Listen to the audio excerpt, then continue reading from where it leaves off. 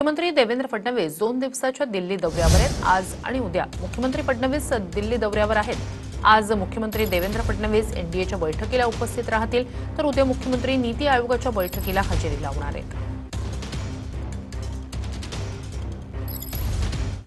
एक महत्त्वाची घडामोड, मुंबईतल्या टँकर चालक संघटनेचा संप आता मागे आहे। मुख्यमंत्र्यांसोबतच्या चर्चेनंतर टँकर चालक संघटनेनं संप मागे घेण्याचा निर्णय घेतलाय। संप मागे घ्या, टँकर चालकांच्या मागण्यांसाठी केंद्राकडे पाठपुरावा करणार, असं मुख्यमंत्र्यांनी म्हटलंय। मुंबईतील टँकरचा पाणी पुरवठा आता सुरळीत होणार आहे।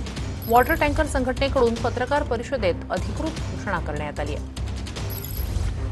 त्यांनी सरकारकडे आज मी सगळं गेलो होतो, माननीय मुख्यमंत्री होते आणि त्यांनी जे त्यांची समस्या होती सरकार समोर मांडली।